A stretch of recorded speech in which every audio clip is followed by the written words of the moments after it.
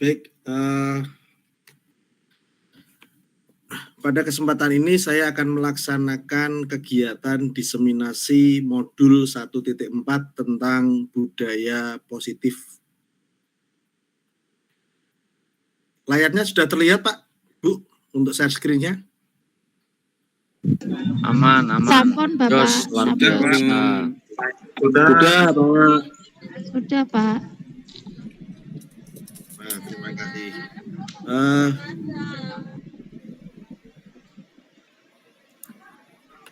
Ini tentang saya. Nama saya Muhammad Zamroni, SPD MM, dari SMP Negeri 3 Pati. Saya merupakan calon guru penggerak Angkatan 8 dari Kabupaten Pati. Pada kesempatan ini, saya akan melaksanakan aksi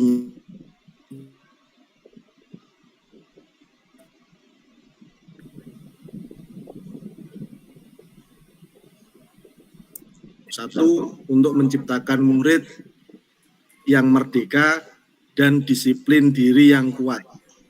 Yang kedua, menumbuhkan budaya positif di sekolah dengan meyakini nilai-nilai kebijakan universal. Nah, nilai-nilai kebajikan universal ini apa saja? Nah, nanti akan kita sampaikan pada slide-slide berikutnya.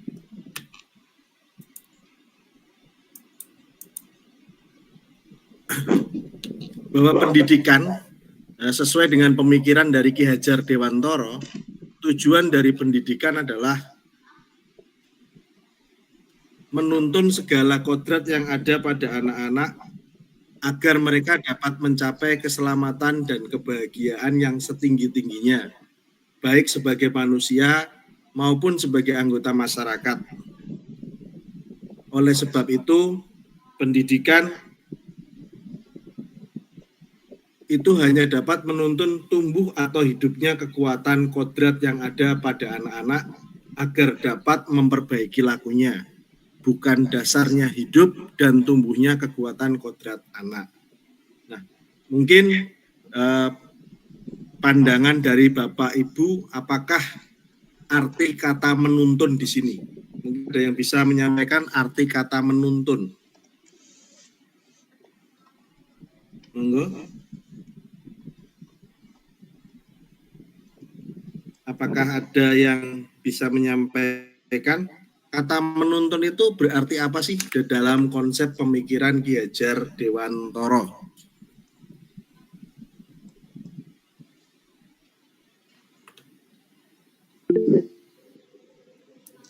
Nggih. Monggo di open mic langsung mawon. Itu Pak, menuntun itu mendampingi Pak. Seperti membersamai itu Pak.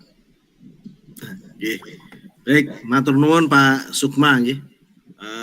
Menuntun itu membersamai. Jadi pada dasarnya tugas guru itu adalah anak-anak didiknya, sehingga nanti mencapai keselamatan dan kebahagiaan yang setinggi-tingginya, sehingga bisa menciptakan kemerdekaan belajar. Baik, kita lanjutkan. Masih di dalam tujuan pendidikan yang disampaikan oleh Ki Hajar Dewantara. Guru itu ibarat petani atau tukang kebun. Nah, anak-anak atau murid-murid kita itu ibarat bulir jagung yang ditanam. Jadi petani itu memiliki tugas untuk menjadikan biji jagung tadi itu tumbuh dengan baik. Ya, kalau petani itu kalau biji jagung itu biar tumbuh ya harus disemai yang baik, kemudian ditempatkan di tempat yang memiliki penyinaran matahari yang baik dan juga mampu memberikan pengairan yang baik. Sama seperti halnya guru. Guru itu seorang pamong yang memberikan tuntunan dan arahan sehingga anak atau murid dapat menemukan kemerdekaan dalam belajar. Tetapi sekali lagi, merdeka belajar itu tetap harus diawasi dengan baik sehingga anak tidak tergelincir pada kehidupan kemudian. Jadi mereka nanti tidak hilang arah. Jadi guru tetap harus memberikan pengarahan-pengarahan. Itu tujuan dari pendidikan. Nah, apa sih sebenarnya yang dimaksud dengan budaya positif? Nah, kalau budaya positif itu sebenarnya adalah perwujudan dari nilai-nilai keyakinan atau kebajikan universal yang telah diterapkan di sekolah. Itu budaya positif. Nah, kalau budaya positif di sekolah itu adalah nilai atau kebiasaan di sekolah yang berpihak pada murid agar mereka dapat berkembang menjadi pribadi yang kritis, penuh hormat, dan bertanggung jawab sesuai dengan profil pelajar Pancasila. Pada dasarnya budaya positif ini memiliki 7 konsep. Yang pertama adalah adanya pembelajaran dengan paradigma baru, yang kedua adanya disiplin positif, yang ketiga berkaitan dengan kebutuhan dasar manusia, yang keempat berkaitan dengan motivasi perilaku manusia, bahwa setiap manusia melakukan sesuatu pasti ada motivasinya, pasti ada dasarnya, termasuk di dalamnya murid. Jadi kalau murid melakukan kesalahan, pasti juga memiliki motivasi. Yang kelima adalah restitusi dan juga posisi kontrol guru. Kemudian yang keenam itu berkaitan dengan keyakinan kelas. Ya, dan yang ketujuh adalah segitiga restitusi. Kalau yang 7 ini nanti berkaitan dengan pendekatan ketika seorang guru dihadapkan pada masalah atau murid-murid yang melakukan masalah. Jadi bagaimana kemudian seorang guru itu bisa menerapkan pendekatan segitiga restitusi. Baik, kita akan mulai dengan yang pertama yaitu pembelajaran dengan paradigma baru. Pembelajaran dengan paradigma baru itu adalah pembelajaran yang dirancang berdasarkan prinsip pembelajaran berdiferensiasi. Jadi siswa itu di dalam satu ruangan itu dikelompokkan menjadi 3 gaya belajarnya ya. Jadi gaya belajar auditori, visual, dan juga kinestetis. Nah, muara dari dalam pembelajaran berdiferensiasi ini adalah mewujudkan murid atau siswa yang memiliki profil pelajar Pancasila, di mana dalam profil pelajar Pancasila memiliki 6 dimensi, yaitu beriman, bertakwa kepada Tuhan Yang Maha Esa dan berakhlak mulia, kemudian berkebinekaan global, bergotong royong, kreatif, bernalar kritis, dan juga mandiri. Inilah yang diharapkan dari seorang murid. Dia harus memiliki 6 dimensi profil pelajar Pancasila. Mungkin ada yang ingin disampaikan sampai sini? Kalau tidak ada, kita akan lanjutkan.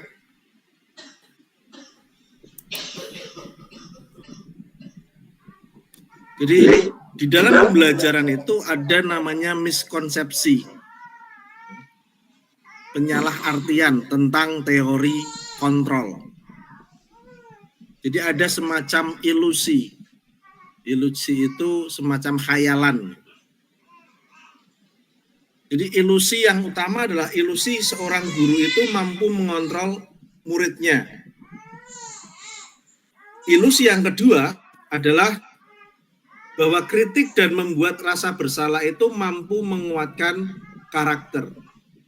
Nah, ini yang kemudian paling banyak dilakukan oleh seorang guru, kadang menjadikan murid itu sebagai rasa bersalah. Jadi kadang itu kita seperti itu. Yang ketiga adalah adanya ilusi bahwa semua penguatan positif efektif dan bermanfaat. Dan yang terakhir adalah ilusi bahwa orang dewasa itu memiliki hak untuk memaksa.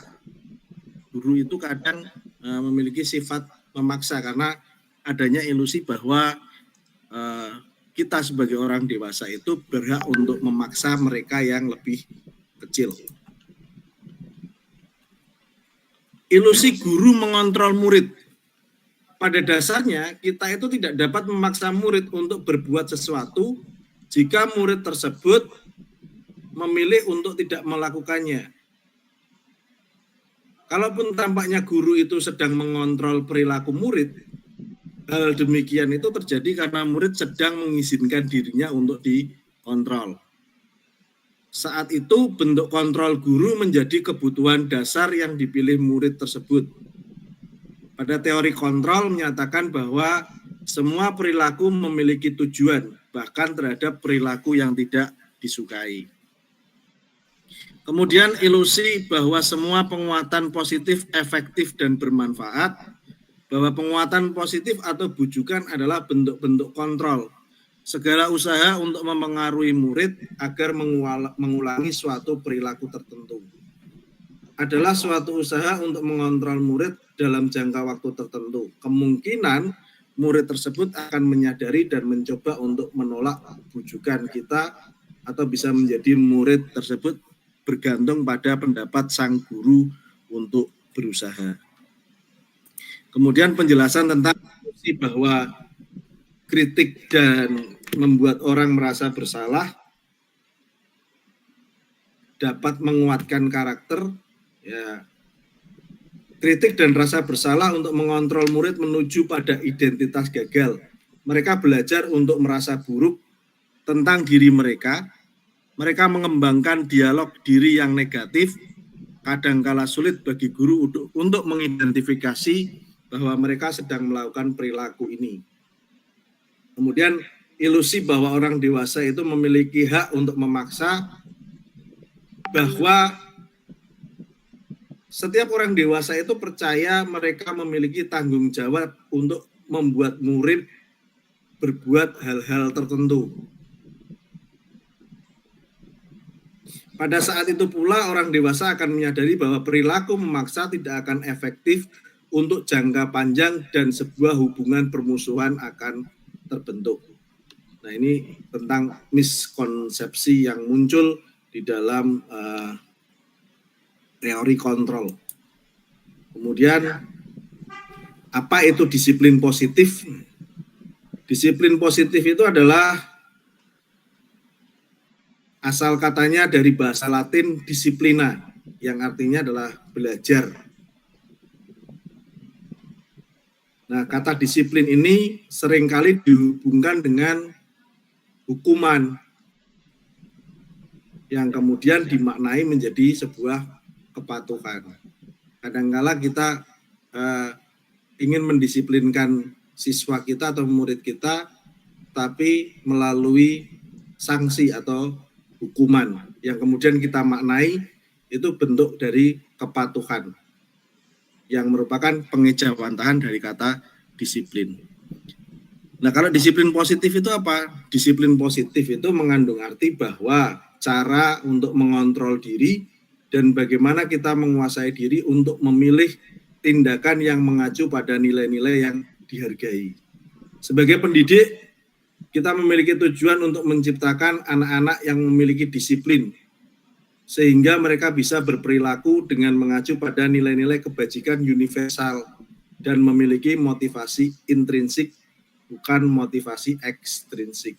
Jadi harapannya melalui disiplin positif ini, siswa itu muncul kesadaran dari dirinya masing-masing, bukan karena paksaan dari orang lain, gurunya, atau orang tuanya kah, atau lainnya, tetapi muncul dari dalam diri masing-masing.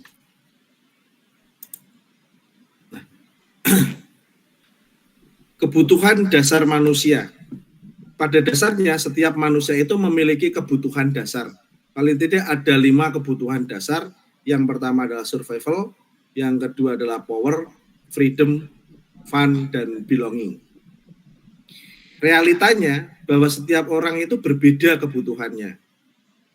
Kita harus berusaha mampu memahami pandangan orang lain terhadap dunia. Setiap orang memiliki gambaran yang berbeda, termasuk murid-murid kita. Murid-murid kita itu memiliki cara pandang yang berbeda terhadap dunia. Mereka memiliki kebutuhan dasar yang juga berbeda. Nah, penjelasannya pada slide berikut ini. Tadi disampaikan bahwa kebutuhan dasar manusia itu ada 5. Survival itu berkaitan dengan kebutuhan bertahan hidup, ya, kebutuhan dasar ya. Kemudian kebutuhan kasih sayang dan rasa diterima.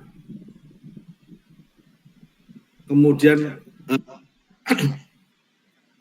kebutuhan terhadap penguasaan atau power. Kemudian kebebasan dan juga kesenangan. Nah, seringkali kita itu dihadapkan ketika murid-murid berbuat salah itu mereka pada 3 aspek kebutuhan dasar mereka yang belum terpenuhi, yaitu kebutuhan kasih sayang dan rasa diterima, dan juga kebebasan dan juga kesenangan. Jadi biasanya murid itu berkaitan dengan 3 hal tersebut. Lebih banyaknya di situ.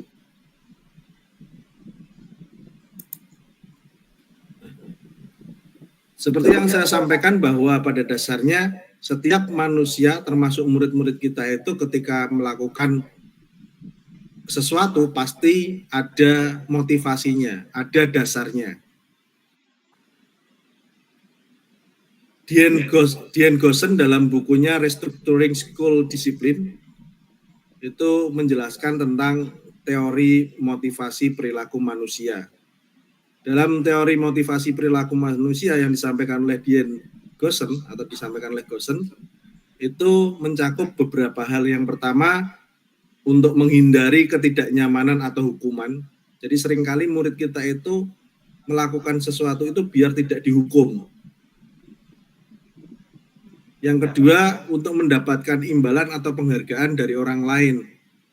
Ada murid misalnya tertib dalam mengerjakan tugas itu, mereka punya harapan untuk mendapatkan imbalan, baik itu predikat sebagai siswa yang tertib atau teladan dan sebagainya.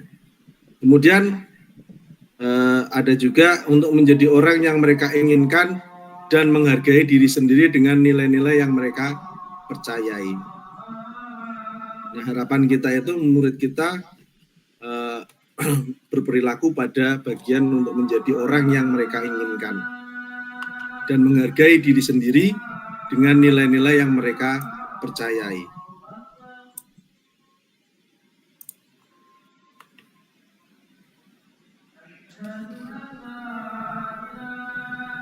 Kalau teori motivasi perilaku manusia, yang pertama untuk menghindari ketidaknyamanan atau hukuman. Ini adalah tingkat rendah dari motivasi perilaku manusia. Biasanya orang yang motivasi perilakunya untuk menghindari hukuman atau ketidaknyamanan akan bertanya apa yang akan terjadi apabila saya tidak melakukannya. Sebenarnya mereka sedang menghindari permasalahan yang mungkin muncul dan berpengaruh pada mereka secara fisik, psikologis maupun tidak terpenuhinya kebutuhan mereka. Bila mereka tidak melakukan tindakan tersebut, motivasi ini bersifat eksternal. Ini yang paling dasar. Jadi siswa itu ketika melakukan sesuatu itu, keinginan mereka adalah biar tidak dihukum.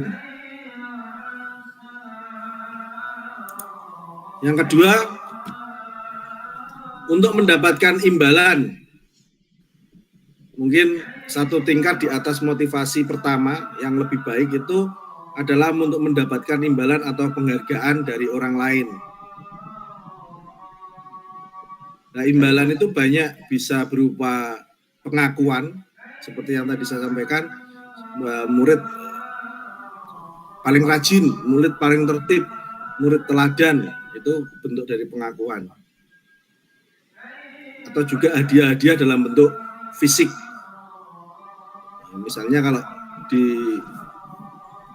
kita memberikan bintang, kadang itu kan ada guru yang memberikan bintang karena mampu mengerjakan tugas dengan baik, ya itu juga bagian dari imbalan atau hadiah. Yang ketiga, berkaitan dengan menjadi orang yang diinginkan dan menghargai diri sendiri dengan nilai-nilai yang mereka percayai.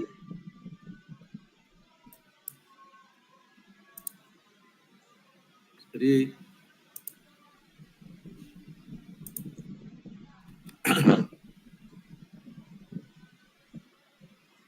orang dengan motivasi ini akan bertanya akan menjadi orang yang seperti apakah saya melakukannya. Mereka melakukan sesuatu karena nilai-nilai yang mereka yakini dan hargai. Dan mereka melakukannya karena mereka ingin menjadi orang yang melakukan nilai-nilai yang mereka yakini tersebut. Ini adalah motivasi yang akan membuat seseorang memiliki disiplin positif karena motivasi berperilakunya bersifat internal bukan eksternal. Jadi kita sebagai seorang pendidik juga harus memotivasi agar siswa itu melakukan sesuatunya berasal dari diri mereka sendiri, bukan berasal dari orang lain.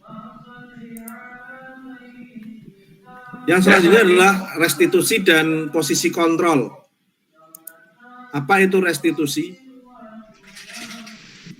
Restitusi itu adalah proses menciptakan kondisi bagi murid untuk memperbaiki kesalahan mereka, sehingga mereka bisa kembali pada kelompok mereka dengan karakter yang lebih kuat. Ini sesuai yang disampaikan oleh dosen. Pengertian lain, restitusi itu adalah proses kolaboratif yang mengajarkan murid untuk mencari solusi atas masalah yang mereka perbuat dan untuk membantu murid berpikir tentang orang seperti apakah yang mereka inginkan dan mereka harus memperlakukan orang lain dan bagaimana mereka harus memperlakukan orang lain. Nah, sebelum kita melanjutkan pembahasan tentang restitusi, kita harus memahami dengan baik apakah perbedaan antara hukuman dan konsekuensi. Mungkin bisa dilihat pada slide berikut. Ini ada beberapa tindakan mungkin kita bisa identifikasi. Mungkin langsung saja nanti open mic. Kalau saya sampaikan pernyataan pertama nanti itu termasuk hukuman atau konsekuensi, maaf. Itu bukan sanksi. Konsekuensi. Mencatat 50 kali di dalam buku kalimat, saya tidak akan terlambat lagi karena terlambat ke sekolah. Itu kira-kira hukuman atau konsekuensi? Hukuman, Pak. Hukuman, Pak. Mencatat 50 kali itu merupakan hukuman. Kemudian lari mengelilingi lapangan. Itu hukuman atau hukuman ya? Hukuman. Kalau membersihkan tumpahan air di meja. Konsekuensi. Kalau kemudian murid diminta untuk skot jam 20 kali karena tidak menggunakan masker ke sekolah. Hukuman ya. Jadi kalau kita menyuruh murid kita skot jam itu, kecuali kalau pelajaran olahraga berbeda. Kemudian berdiri di bawah tiang bendera karena tidak mengerjakan tugas. Hukuman, Pak. Hukuman. Membersihkan coretan spidol di meja tulis. Konsekuensi. Jadi kita bisa memahami itu mana yang hukuman, mana yang konsekuensi.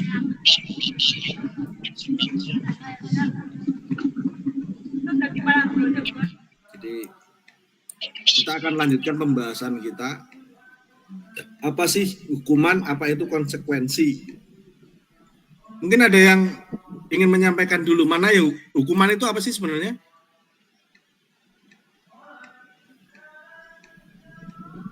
Hukuman itu apa, konsekuensi itu apa gitu? Hukuman itu, Pak, maaf. Langsung saja, monggo. Pak Yam, nun sewu. Nggih.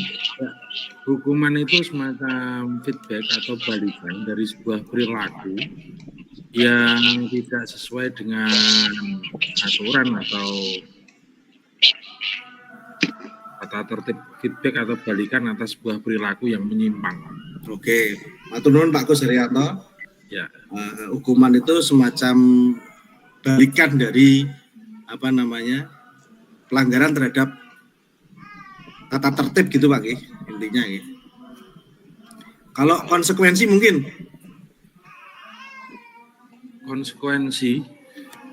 kalau konsekuensi itu apa ya, semacam buah keharusan Pak, jadi buah atau hasil dari apa yang kita lakukan. Jadi ya buah hasil dari sebuah perilaku yang kita lakukan. Baik. Perilaku yang kita lakukan. Baik, terima kasih Pak Gus Haryanto. Jawaban yang luar biasa. Jadi konsekuensi itu buah dari hasil yang kita lakukan. Nah, kira-kira hukuman dan konsekuensi itu mana yang berasal dari dalam diri siswa kira-kira?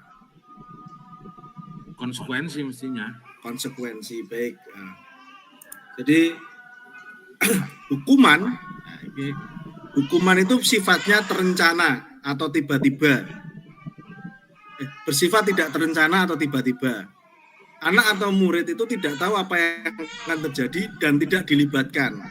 Hukuman itu bersifat satu arah dari pihak guru yang memberikan, dan murid itu sifatnya hanya menerima suatu hukuman tanpa melalui suatu kesepakatan atau pengarahan dari pihak guru baik sebelum atau sesudahnya. Jadi seperti yang tadi disampaikan Pak Gus Haryanto bahwa kalau murid melakukan kesalahan ya mereka akan menerima hukuman. Kalau mereka melanggar tata tertib ya mereka akan menerima hukuman. Hukuman ini bisa bersifat fisik ataupun psikis. Murid atau siswa itu pada dasarnya ketika menjalani hukuman itu mereka itu disakiti oleh suatu perbuatan atau kata-kata. Sementara pendisiplinan dalam bentuk konsekuensi itu sudah terencana atau sudah disepakati. Misal tadi disebut kalau membersihkan tumpahan air karena tersenggol botol minumnya, maka dia akan langsung membersihkan. Ini bagian dari konsekuensi. Dan murid itu sudah mengetahuinya.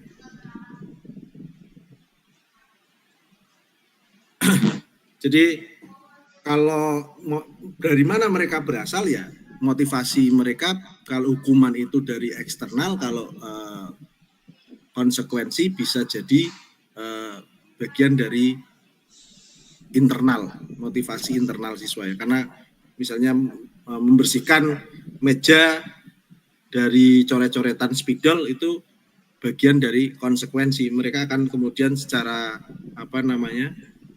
alamiah mereka akan membersihkan itu.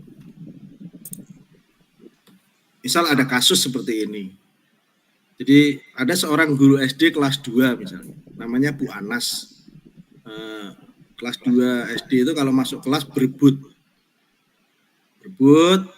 Nah, Bu Anas melihat ini adalah sesuatu yang tidak baik karena berebut masuk kelas. Maka kemudian Bu Anas mengambil inisiatif untuk memberikan stiker bintang gitu ya. Siapa yang dapat berdiri lurus dan berbaris rapi di depan pintu dapat bintang dari Bu Anas. Maka seketika itu kemudian murid-muridnya berbaris rapi karena ada imbalan mendapatkan bintang dari Bu Anas. Dan murid-murid Bu Anas itu dapat berbaris rapi selama beberapa minggu. Karena mereka ingin mendapatkan bintang dari Bu Anas. Suatu hari Bu Anas sakit, kemudian digantikan oleh Pak Heru. Nah, Pak Heru ini karena guru yang menggantikan Bu Anas tidak ada komunikasi sebelumnya. Pak Heru tidak mengetahui tentang stiker bintang. Maka Pak Heru tidak melanjutkan apa yang dilakukan oleh Bu Anas. Akhirnya murid-murid seperti sebelum diberlakukan stiker bintang, mereka berebut untuk masuk kelas. Apa yang terjadi? Mengapa? Maka kemudian kita bisa melihat pada pertanyaan ini. Kira-kira kalau kita mengacu pada teori motivasi yang sudah dipelajari sebelumnya, apa motivasi murid-murid kelas 2 untuk bersedia berdiri antri sebelum masuk kelas? Pertanyaan berikutnya, apakah ada cara lain dari murid-murid kelas 2 bersedia antri di depan kelas tanpa diberi penghargaan stiker bintang? Mungkin ada yang bisa memberikan jawaban dari dua pertanyaan ini. Kira-kira motivasi murid kelas 2 untuk bersedia antri itu sebelum masuk kelas apa nggih? Mendapat penghargaan. Mendapat penghargaan. Oke. Mungkin yang kedua? Kira-kira selain memberi, monggo langsung saja.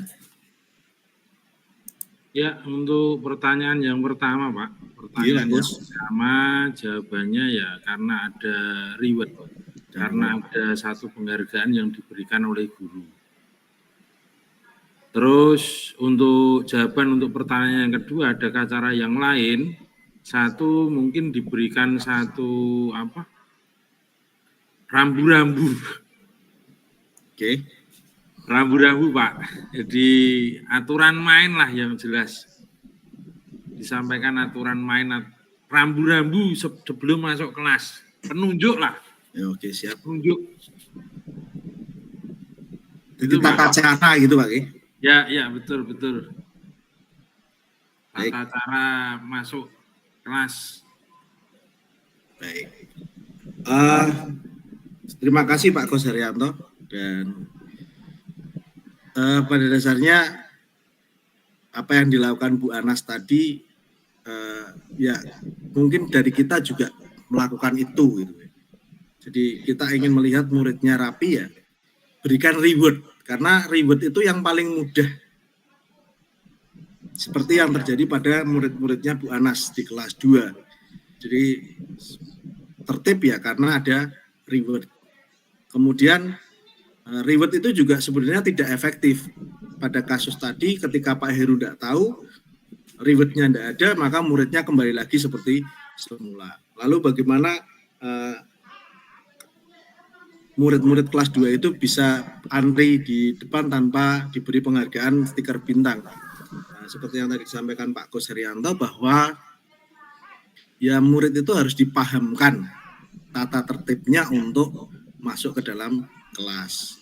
Ya mungkin berulang kali, berulang-ulang. Begitu, kita lanjutkan ke posisi kontrol guru. Seorang guru itu seperti yang disampaikan Dian Gosen itu, bahwa guru perlu meninjau kembali penerapan disiplin di dalam ruang kelas. Apakah efektif, apakah berpusat, apakah sudah memerdekakan atau memandirikan murid, bagaimana dan mengapa. Nah, untuk menjawab ini maka kita harus memahami tentang posisi kontrol guru. Seorang guru itu dia memiliki 5 posisi kontrol, tinggal bagaimana kemudian kita memilihnya. Yang pertama adalah menjadi seorang hukum, yang kedua menjadi seorang pembuat rasa bersalah, yang ketiga bisa menjadi seorang teman, yang keempat itu menjadi seorang pemantau, dan yang kelima menjadi seorang manajer. Penghukum, posisi kontrol yang pertama, penghukum. Seorang penghukum itu biasanya menggunakan hukuman fisik maupun verbal. Orang-orang menjalankan posisi penghukum senantiasa mengatakan bahwa sekolah memerlukan sistem atau alat yang dapat lebih menekan murid-murid lebih dalam lagi. Guru-guru biasanya kata-kata yang muncul sebagai seorang penghukum, patuhi aturan saya atau awas, kamu selalu saja salah, selalu, pasti selalu yang terakhir selesai. Ini kalimat-kalimat yang kadang muncul ketika kita menjadi seorang penghukum, dan mungkin saya pribadi juga lebih condong seperti itu, seringnya menjadi seorang penghukum. Jadi kalau muridnya tidak mengerjakan tugas, ya langsung saya hukum. Entah itu mengerjakan di luar dengan sebelumnya keliling lapangan dulu atau sebagainya. Nah, itu sebagai seorang penghukum seperti itu. Yang kedua adalah pembuat merasa bersalah. Biasanya kalau posisi ini gurunya akan bersuara lebih lembut. Misal, ibu sangat kecewa sekali dengan kamu. Berapa kali Bapak harus memberitahu kamu ya? Gimana coba kalau orang tua kamu tahu kamu berbuat begini?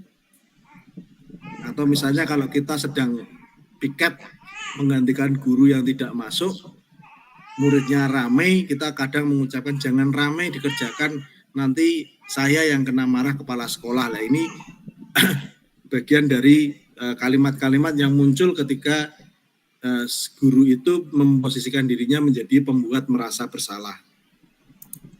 Kemudian kalau menjadi teman, pada posisi ini situasinya tidak akan menyakiti murid, namun berupaya mengontrol murid melalui persuasif. Posisi teman pada guru bisa negatif maupun positif.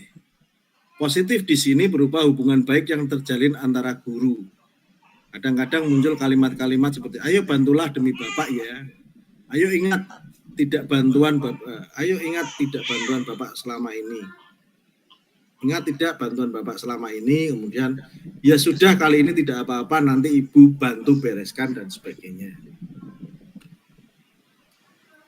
Hal negatif dari posisi teman adalah bila suatu guru tersebut tidak membantu, maka murid akan kecewa. Kemudian pemantau. Memantau berarti mengawasi. Pada saat kita mengawasi, kita bertanggung jawab atas perilaku orang-orang yang kita awasi. Posisi pemantau berdasarkan pada peraturan-peraturan dan konsekuensi. Misalnya kalimat pertanyaan yang diajukan oleh seorang pemantau, peraturannya apa? Apa yang telah kamu lakukan? Sanksi atau konsekuensinya apa? Dan sebagainya. Itu kalau kita menjadi seorang pemantau. Nah, dari sekian banyak, mungkin yang paling ideal adalah menjadi seorang manajer. Manajer itu adalah posisi di mana guru berbuat sesuatu bersama dengan muridnya, mempersilahkan murid mempertanggungjawabkan perilakunya, mendukung murid agar dapat menemukan solusi atas permasalahannya sendiri. Seorang manajer memiliki keterampilan di posisi teman maupun pemantau, dan dengan demikian bisa jadi di waktu-waktu tertentu kembali kepada dua posisi tersebut. Apa yang kita yakini, jika kamu meyakininya, kamu bersedia memperbaikinya, apa rencana kamu untuk memperbaiki dan sebagainya. Maka paling ideal adalah posisi kita menjadi seorang manajer. Nah, itu tentang posisi kontrol. Kemudian keyakinan kelas. Keyakinan kelas itu apa? Keyakinan kelas adalah sesuatu yang diyakini bersama, berasal dari penyatuan pikiran untuk menjadi nilai-nilai kebajikan. Keyakinan kelas ini dibentuk berdasarkan keinginan adanya disiplin positif. Kalau kita ingin membuat keyakinan kelas, maka ini adalah langkah-langkahnya gitu. Jadi kalau awal tahun biasanya kita buat semacam keyakinan atau kesepakatan kelas. Jadi nanti siswa akan memahami kalau mereka melakukan pelanggaran terhadap keyakinannya, mereka bisa mencari solusinya. Nah, ini contoh adalah kesepakatan kelas dan juga keyakinan kelas. Ini keyakinan kelas contohnya ya. Jadi apakah seorang guru mapel bisa membuat keyakinan kelasnya masing-masing? Bisa. Jadi nanti ditulis keyakinan kelas mata pelajaran bahasa Indonesia, bahasa Jawa, seni budaya, dan sebagainya. Kemudian pendekatan yang segitiga restitusi. Segitiga restitusi itu berasal dari buku yang ditulis oleh Dian Goosen, Restitution. Restructuring School Disiplin tahun 2001 ya adalah merancang sebuah tahapan untuk memudahkan para guru dan orang tua dalam melakukan proses untuk menyiapkan anaknya untuk melakukan restitusi bernama segitiga restitusi atau restitution triangle. Nah, segitiga restitusi itu mencakup 3 kegiatan. Yang pertama adalah menstabilkan tindakan, yang kedua adalah validasi tindakan yang salah, yang ketiga adalah menanyakan keyakinan. Jadi kalau kita ingin berlaku sebagai seorang manajer, maka ketika kita menghadapi murid yang bermasalah, maka kita harus menggunakan pendekatan segitiga restitusi. Jadi misalnya kalau ada anak salah, langkah pertama menstabilkan identitas, kita bisa meyakinkan anak untuk mengakui kesalahannya.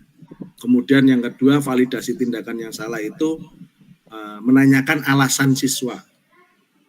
Karena setiap tindakan yang dilakukan siswa pasti punya motivasi, pasti punya alasan. Yang ketiga adalah langkah ketiga menanyakan keyakinan. Nah, ini nanti berkaitan dengan bagaimana kamu memperbaiki kesalahan yang sudah kamu perbuat. Nah, ini penjelasannya. Kita langsung saja. Nah, ini terima kasih. Ini sudah akhir dari pemaparan saya tentang budaya positif. Sebelum nanti saya tutup, mungkin ada yang ingin bertanya dulu, 1 atau 2 peserta, monggo.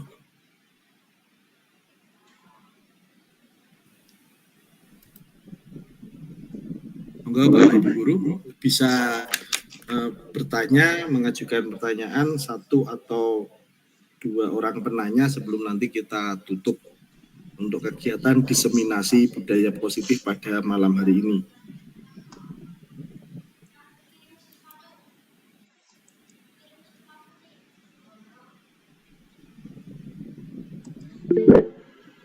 Ya, langsung.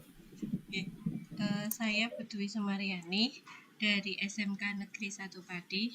Mau bertanya, sering kita lihat kalau di sekolah-sekolah itu tiap pagi anak-anak yang terlambat itu sering dibariskan ke depan, misalnya oleh BK, oleh kesiswaan.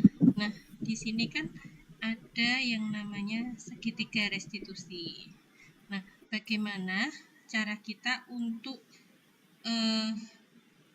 mengemutkan memberi masukan kepada Bapak Ibu guru bahwa ternyata yang mereka lakukan, yang beliau lakukan itu adalah salah. Harusnya sebelum ada hukuman, mereka bisa melaksanakan segitiga restitusi. Pertanyaannya tadi, bagaimana cara kita untuk mengingatkan beliau-beliau bahwa ada segitiga restitusi sebelum memberikan hukuman, seperti itu. Terima kasih Pak. Baik, terima kasih Ibu Dwi Sumaryani atas pertanyaannya. Bagaimana kemudian kita mengingatkan teman-teman kita ketika melihat murid itu melakukan kesalahan. Misalnya kalau datang terlambat kemudian dibariskan. Jadi yang pertama jelas kita harus melakukan kayak kampanye. Artinya kita harus mensosialisasikan tentang pendekatan segitiga restitusi kepada kawan-kawan atau rekan kerja kita. Artinya teman-teman kita kan tidak semuanya memahami tentang pendekatan segitiga restitusi untuk mengatasi permasalahan yang muncul dari siswa. Maka kita harus mensosialisasikannya dengan cara bekerja sama dengan kepala sekolah dan rekan-rekan yang lain. Nah, dari situ nanti kan insya Allah rekan-rekan kita paham tentang pendekatan segitiga restitusi, sehingga mereka ketika akan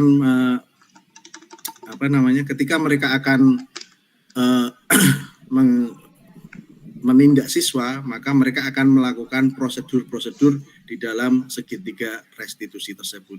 Demikian Ibu Dwi Sumaryani jawaban dari saya. Terima kasih Pak. Mungkin yang lain, satu lagi penanya.